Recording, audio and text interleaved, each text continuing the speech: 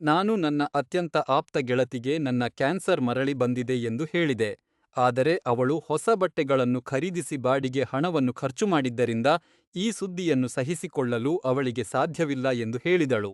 ನಾನು 17ರ ವಯಸ್ಸಿನಿಂದಲೇ ಮೆಲನೋಮಾ ವಿರುದ್ಧ ಹೋರಾಡುತ್ತಿದ್ದೇನೆ. ನಾನು ಒಂದು ಕಾಲ ಗುಣಮುಖನಾಗಿದ್ದೆ, ಆದರೆ ಅದು ಮತ್ತೆ ಮತ್ತೆ ಮರಳುತ್ತಲೇ ಇತ್ತು. ಈ ಬಾರಿ ಪರಿಸ್ಥಿತಿ ಇನ್ನೂ ಕೆಟ್ಟದಾಗಿದೆ. ದೇಹದ ಹಲವು ಭಾಗಗಳಲ್ಲಿ ವಿವಿಧ ರೀತಿಯ ಕ್ಯಾನ್ಸರ್ ಆಗಿದೆ. ಇಂದು ಬೆಳಿಗ್ಗೆಯಷ್ಟೇ ನನಗೆ ಖಚಿತಪಡಿಸುವ ಕರೆ ಬಂದಿತು. ನಾನು ನನ್ನ ಗೆಳತಿ ಕೇಗೆ ಇದನ್ನು ತಿಳಿಸಲು ಕರೆ ಮಾಡಿದೆ.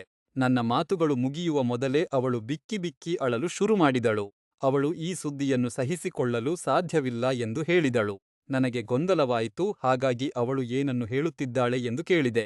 ನಂತರ ಅವಳು ಹೊಸ ಬಟ್ಟೆಗಳನ್ನು ಖರೀದಿಸಿ ಈಗ ಬಾಡಿಗೆ ಕಟ್ಟಲು ಹಣವಿಲ್ಲದ ಕಾರಣ ತುಂಬಾ ಸಂಕಷ್ಟದಲ್ಲಿದ್ದೇನೆ ಎಂದು ಹೇಳಿಕೊಂಡಳು. ನಿಜ ಹೇಳಬೇಕೆಂದರೆ ಅವಳು ತನ್ನ ಪೋಷಕರ ಜೊತೆಗೆ ವಾಸಿಸುತ್ತಿದ್ದಾಳೆ ಮತ್ತು ಆ ಬಾಡಿಗೆ ಎಂಬುದು ಕಳೆದ ವರ್ಷ ಅವಳು ಅವರ ಹಣವನ್ನು ಕಳ್ಳತನ ಮಾಡಿದ್ದಕ್ಕೆ ಮರಳಿ ನೀಡುತ್ತಿರುವ ಹಣವಾಗಿದೆ. ನಾನು ಮರ್ಯಾದೆಯಿಂದ ಮಾತನಾಡಲು ಪ್ರಯತ್ನಿಸಿದೆ.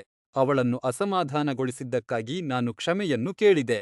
ಆದರೆ ನಂತರ ಅವಳು ಸಿಟ್ಟಿನಿಂದ ಕಿರುಚಿದಳು. ನನಗೆ ಒಂದರ ಬೆನ್ನಲ್ಲೊಂದು ಕೆಟ್ಟ ಸುದ್ದಿಗಳೇ ಬರುತ್ತಿವೆ.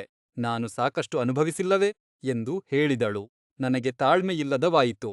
ತನ್ನ ಖರ್ಚುಗಳನ್ನು ನಿಯಂತ್ರಿಸಲು ಸಾಧ್ಯವಾಗದಿರುವುದು ನನ್ನ ಕ್ಯಾನ್ಸರ್ ರೋಗಕ್ಕಿಂತ ದೊಡ್ಡ ಸಮಸ್ಯೆಯೇ ಎಂದು ನಾನು ಅವಳನ್ನು ಕೇಳಿದೆ.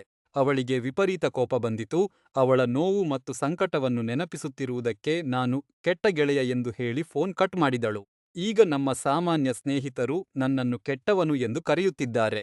ಕಷ್ಟದಲ್ಲಿರುವವರ ಬಗ್ಗೆ ನಾನು ಹೆಚ್ಚು ಸಹಾನುಭೂತಿ ಹೊಂದಿರಬೇಕು ಎಂದು ಅವರು ಹೇಳುತ್ತಿದ್ದಾರೆ. ನಿಜವಾಗಿಯೂ ನಾನು ಇಲ್ಲಿ ತಪ್ಪಿತಸ್ಥನೇ?